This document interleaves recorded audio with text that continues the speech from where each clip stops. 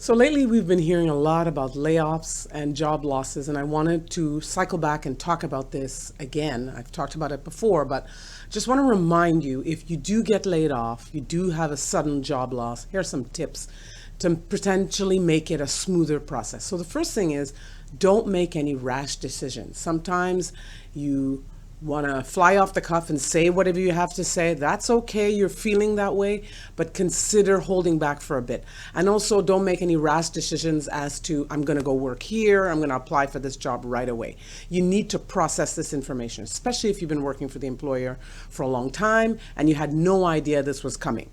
Take the time to process the information. You're allowed to say to HR, I'm going to get back to you with some questions, because they will find it completely normal that you maybe don't have all your questions lined up right away, because you want to find out stuff about your benefits and all those kinds of things. You want to seek counsel, and I don't necessarily mean legal counsel, but someone that you trust is going to tell you, have you asked about these things?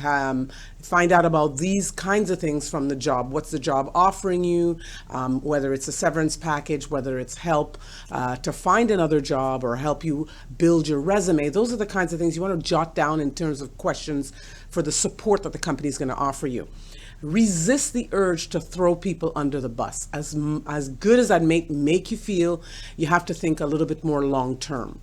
The other thing is, ask about to get back to, when you want to get back to HR, you want to get back to outplacement.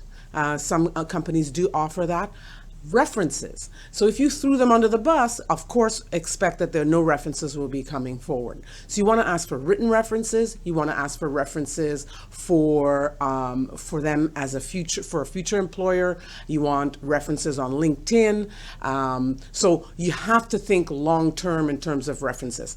The other thing you want to start informing your network. Who are the people that you trust? Do you have a mentor? Who are the partners you want to talk to because you're from that industry, to let them know that you're on the job market? You also want to ask someone to review your LinkedIn profile, review your resume before you start applying at large. So start applying once you've got this all under wraps. And resist the urge to go for a job interview when you're still angry, because it does actually show, unless you're really good at faking it.